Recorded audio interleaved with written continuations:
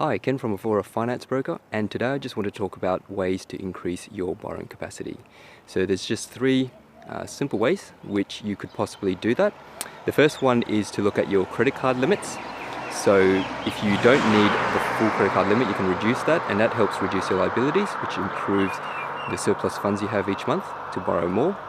The other is considering whether you actually do need that interest-only feature, because if you choose interest only, what happens is, say you go for a 5-year period and it's a 30-year loan term on interest only, the remainder 25 years will be left for you to repay that, and that's going to mean it's a higher repayment, monthly repayment, as opposed if you just went with principal and interest right at the start for 30 years, that's going to be lower. So banks use the higher of the two, the mortgage repayments that you're paying now or what it's going to be in the future, and they also sensitize their interest rates right up to around about 7.5 area.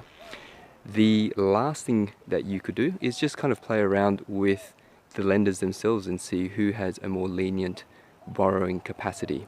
They certainly do calculate things differently.